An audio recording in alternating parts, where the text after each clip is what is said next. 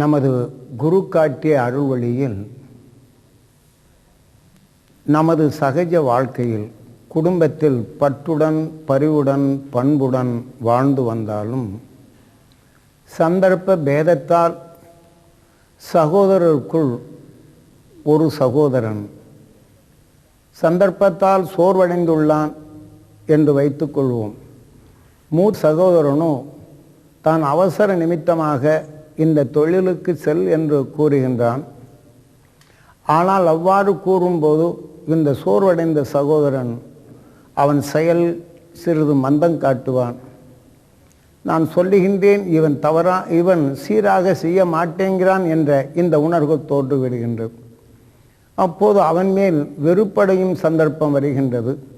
அந்த வெறுக்கும் சந்தர்ப்பம் நான் சொல்கிறேன் ஏன் கேட்கவில்லை என்று சொல்லும் போதெல்லாம் இந்த உணர்வின் வேக துடிப்பு அந்த சகோதரனை கோபப்படும்படி செய்து விடுகின்றது, சிந்தனை குறைக்க செய்து விடுகின்றது. அவ்வாறு கோபப்படும் உணர்கொண்டு தன் சிந்தனை குறைந்து அதன் செயலாக்கங்கள் மீண்டும் பலவீனம் அடையப்படும் போது மேலும் கோபங்கள் உருவாக தொடங்கிவிடுகின்றது. இவ்வாறு சுவாசிக்கும் இந்த உணர்வுகள் குடும்பத்திற்குள் சந்தர்ப்ப பேதத்தால் ஒருவருக்கொருவர் கோபப்படும் உணர்ச்சிகளே அதிகமாக ஊன்றி தனது செயல்களிலும் சீராக செயல்படாத நிலைகள் உருவாகிவிடுகின்றது. இதை போன்று சகோதரருக்குள் ஒற்றுமையும் சீர்குலைகின்றது. இவ்வாறு குடும்பத்திற்குள் நம்மை அறிவிலேயே சந்தர்ப்பத்தால் நுகர்ந்த உணர்வுகள் நல்ல உணர்வுகளை செயலாக்க விடாத நிலையில் இந்த கோப உணர்வுகள் இந்த உணர்ச்சிகளை தூண்டி நம்மை அடிக்கடி கோபக்காரனாக ஆக்கிவிடுகின்றது. இதைப்போல குடும்பங்களில் பற்ற இழக்க செய்யும் சந்தர்ப்பங்கள் ஏராளம் உண்டு. இதை போன்ற நிலைகள் ஓர் குடும்பங்களில் ஏற்பட்டால் நல்ல குணங்களும் மாறுபடுகின்றது. அதனால் அடிக்கடி வேதனை என்ற உணர்வுகளும் தோன்றுகின்றது. வேதனை, கோபம், குரோதம் என்ற இத்தகைய நிலைகள் உருவாக்க தொடங்கிவிடுகின்றது. இவ்வாறு உருவானால் அந்த குடும்பத்தில் ஒற்றுமை இழக்கப்படுகின்றது. ஒருவருக்கொருவர் கோபம் என்ற நிலை ஏற்படுகின்றது.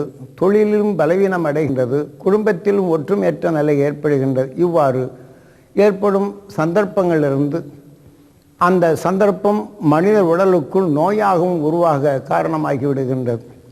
இதை போன்ற நிலைகளிலிருந்து நாம் தப்ப வேண்டுமென்றால் அம்மா அப்பா அருளால் அகசியமா மகிழ்ச்சிகளின் அருள் சக்தியும் துருவ மகிழ்ச்சிகளின் அருள் சக்தியும் துருவ நட்சத்திரத்தின் பேரருளும் பேரொளியும் நான் வேண்டும், என் உடல் முழுதும் படர வேண்டும், என் உடல் உள்ள ஜீவான்மா ஜீவணுக்கள் பெற வேண்டும் என்று இந்த ஆன்மாவை தூய்மை செய்து கொண்டு அந்த மகிழ்ச்சியின் அருணர்வை நமக்குள் வலுப்பெறச் செய்தல் வேண்டும்.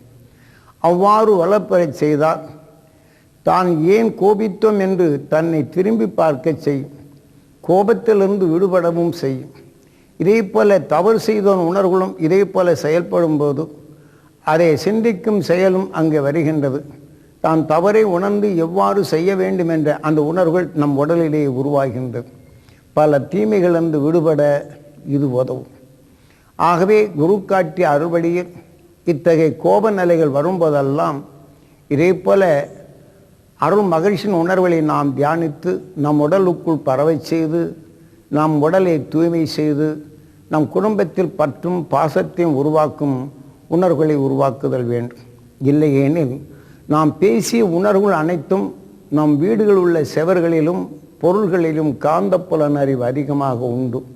இவை அனைத்தும் அந்த காந்த புலனறிவில் பதிவாக்கி கொண்டால் நாம் வீட்டுக்குள் நுழைந்தாலே இந்த உணர்வலைகள் பரவை செய்து நமக்குள் பற்றையும் இழக்க செய்யும். ஏதோ நம் குடும்பத்திற்குள் ஏதோ உணர்ச்சிகள் தூண்டுகின்றது, இனம் புரியாத சோர்வடையும் தன்மையும் வந்துவிடுகின்றது. இதை போன்ற நிலைகளிலிருந்து விடுபட உங்கள் வாழ்க்கையை மகிழ்ச்சிகளின் அம்மா அப்பாலால் மகிழ்ச்சிகளின் அல்வட்டத்தில் வாழும் உணர்வை நீங்கள் அதிகமாக சேர்த்து கொள்ளுங்கள். ஆக அந்த மகிழ்ச்சியின் அசக்தி பெற வேண்டும் என்று இயங்கி நம் குடும்பம் முழுதும் மகிழ்ச்சியின் அசக்தி படர வேண்டும். வீடு முழுதும் அந்த படர வேண்டும். பற்றும் பாசமும் வளர வேண்டும் என்று நாம் இதை போல நாம் தியானிப்பதே வாழ்க்கை தியானம்.